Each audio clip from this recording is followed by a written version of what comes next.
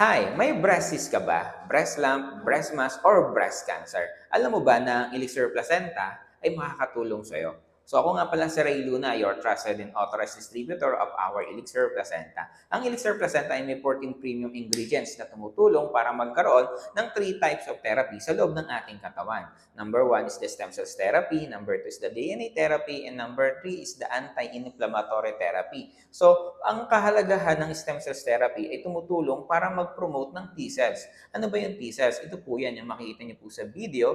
Yung T-cells is the color green. Ang ginagawa po niya, kinakain niya yung color orange. Yung color orange naman, siya naman po yung cancer cells.